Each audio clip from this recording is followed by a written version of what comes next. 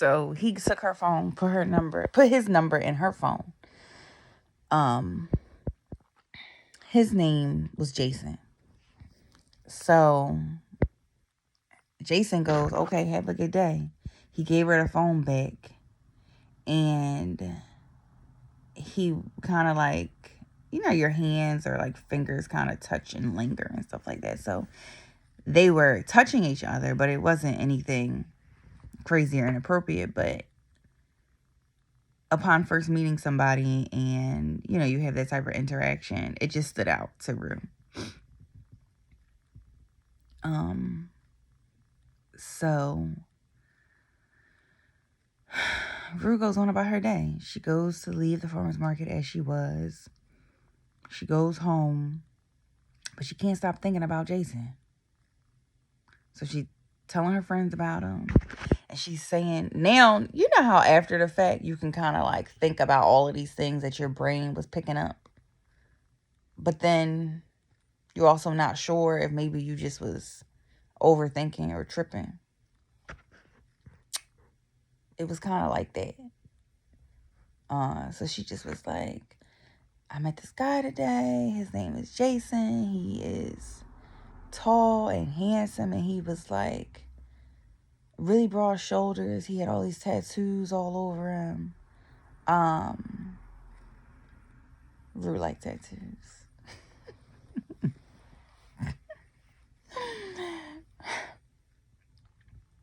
So she was attracted.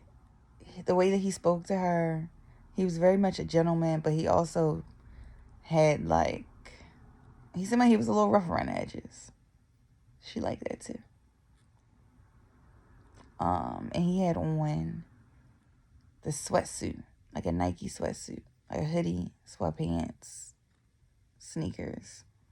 He looked nice, like put together. Like he had something to do. And then she was wondering, like, what was he doing in the farmer's market? You could tell that's not somebody's element. It didn't look like it when she was thinking back. Like, what's that all about? So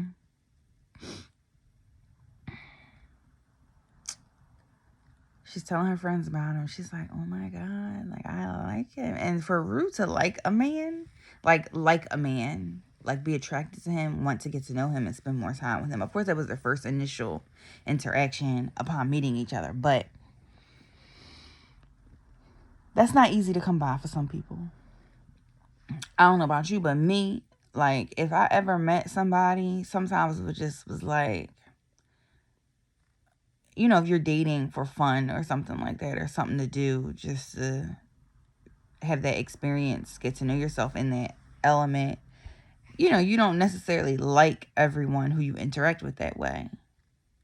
Just being honest. So, but Rue, the way that she was explaining this to all of us, she liked this guy a lot. So she was totally open to like getting to know him and stuff like that. And that's what she did. So Rue and Jason spent a couple weeks getting to know each other, talking on the phone,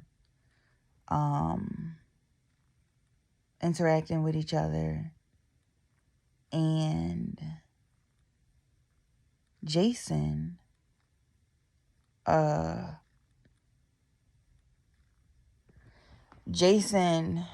was just very mysterious.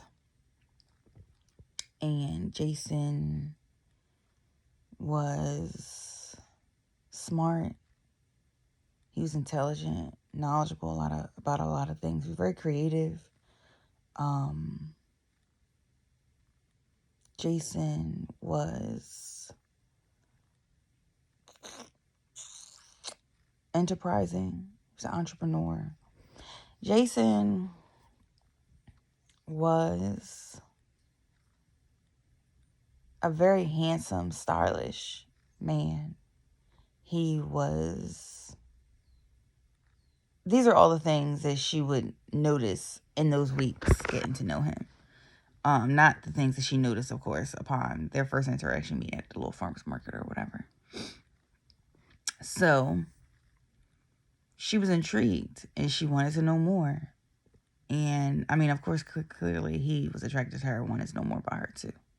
So they decide to go to the movies. Now, this was, I would say, their first date. They go to the movies. They realize they have something in common when it comes to film. They both like movies and film, and reviewing them, kind of, sort of. So they both at some point in their lives like had took film classes or whatever. So it was something that really piqued their interest, and they had in common. They were able to share that together. Great time at the movies, talking about the movie, whatever. Afterwards, they go their separate ways, and they were holding hands walking out of the movie theater. So when they get outside the movie theater, okay, if you can imagine, it's like one of them old school movie theaters. So it has a little, almost what like a theater, like a stage play theater would look like. It has like the screen with the lights all around it, and like back in the day, and the name of the movies, that the movie theater was small. It only played like 2-3 movies. So they have this setting. It's the evening time, and the lights from the canopy thing or whatever are just shining, making things like a little bright out there. They go their separate ways, and Jason wouldn't let go of her hand, and she was kind of like trying to get away, but she was smiling. It was harmless. And he kind of like grabbed her hand and pulled her closer. And then they kissed. And as far as Rue was concerned, sparks flying everywhere. Oh my God. Jason said that he didn't want the night to end. So Rue started laughing a little bit, like, boy, what are you talking about? So he was like, come back with me to my place. It's not too far from here. I walked, like, you know, did you walk? Did you drive or whatever? I want to make you a cup of coffee. So she like, what? But she was curious, so of course she went. So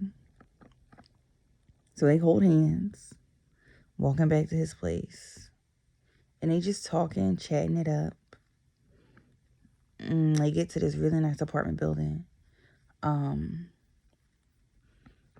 It was like not a doorman type of apartment building, but a fairly nice apartment building. It was a guard sitting in like this little cubicle thing, and they had an elevator. You go up.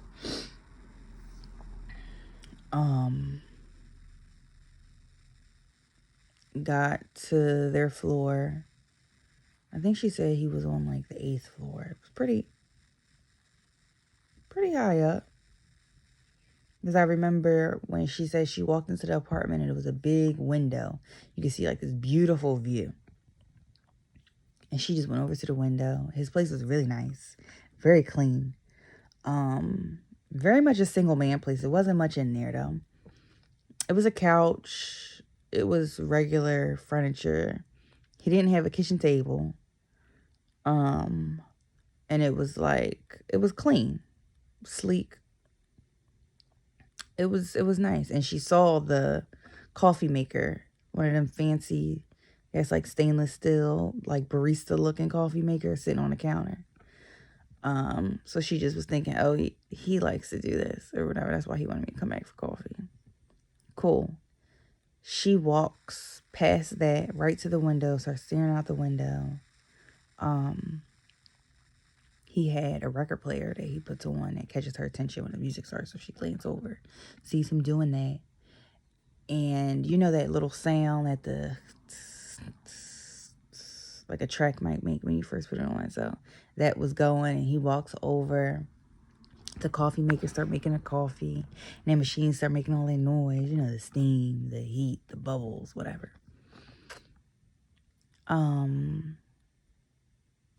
So Rue turns around and sees this little chair he has.